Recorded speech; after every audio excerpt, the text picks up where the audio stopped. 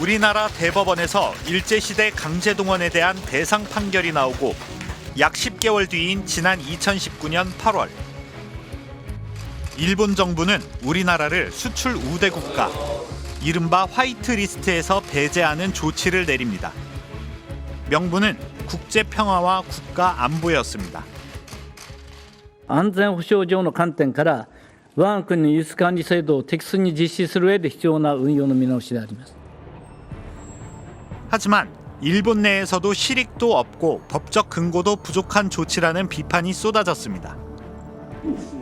그러자 아베 내각은 경제 안보를 명분으로 시행할 조치를 뒷받침할 법적, 제도적 장치 마련에 들어갑니다. 이듬해 자민당이 신국제 질서 창조 전략본부를 만들어 경제안전보장추진법에 나섭니다. 사회 경제활동 유지에 필요한 필수적 기반은 어떤 상황에서도 다른 나라에 의존하지 않는다는 목적이었습니다. 이 법은 기시다 총리 취임 이듬해인 2022년 제정됐습니다. 経済安全保障を推進するための新たな法律。厳しさを増す国際情勢の中、待ったなしで取り組まなければならない課題です。 법안의 후속 조치로 일본 정부는 14개 주요 산업별로 특정 사회 기반 사업자를 지정했습니다. 지정된 사업자는 주요 설비를 도입할 때 신고를 해야 하는 등 각종 규제를 받게 되고 정부는 이 사업자의 권고나 명령 같은 시정 조치를 내릴 권한을 갖게 됩니다. 이 중 전기통신 분야에 지정된 사업자는 총 10개. 이 가운데 라인 야후가 포함됐던 겁니다. 이게 다가 아닙니다. 민간 기업의 정보 취급자를 국가가 직접 지정할 수 있는 중요정보안보법도 시행을 앞두고 있습니다. 라인 야후의 중요 정보에 네이버 측이 아예 접근을 하지 못하도록 막을 수도 있다는 뜻입니다.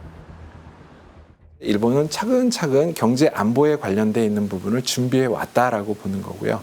가장 라인 야후에서 핵심은 바로 뭐냐면 데이터입니다. 우리가 이제 SNS를 사용하든 포털을 하든 상당히 많은 중요한 데이터들이 모이게 되는데 그 데이터에 관련돼 있는 기술을 다루고 있는 것이 어디냐면 바로 네이버가 그 기술을 다루고 있는 거예요. 그렇기 때문에 이것만큼은 반드시 지켜야 된다라고 하는 정서가 저는 내부에 깔려 있었다. 이렇게 볼 수가 있습니다. 플랫폼과 데이터를 모두 일본 정부의 영향력 아래에 두겠다는 건 어떤 의미일까? 전 세계적으로 강화되고 있는 자국 플랫폼 보호주의, 인공지능 국가주의와 무관하지 않다는 분석이 나오고 있습니다. 라인은 일본뿐 아니라 대만 메신저 시장의 94%, 태국 시장의 85%를 점유하고 있습니다. 카카오톡이 확장되어진 경우를 보시면 결국 이 메신저라고 하는 카카오톡을 기반으로 해서 뭐 카카오 인증이라든가 또는 카카오 뭐 택시라든가 이런 온갖 서비스들이 확장돼 나왔거든요. 소프트뱅크 입장에서는 이 라인을 기반으로 해서 사업을 확장해 가는데 일본만이 아니라 동남아까지 확장시킬 수 있는 굉장히 큰 가능성이 있는 거거든요. 이런 좋은 기회를 다른 더군다나 외국계 기업과 나눈다는 것은 있을 수 없는 일이거든요. 또한 패권을 차지하기 위한 치열한 경쟁이 벌어지고 있는 인공지능 분야에서 생성형 AI의 학습을 위한 데이터는 필수 조건입니다. 라인이라는 거대한 플랫폼에서 축적되는 엄청난 데이터는 굉장히 매력적인 기초자원일 수밖에 없습니다.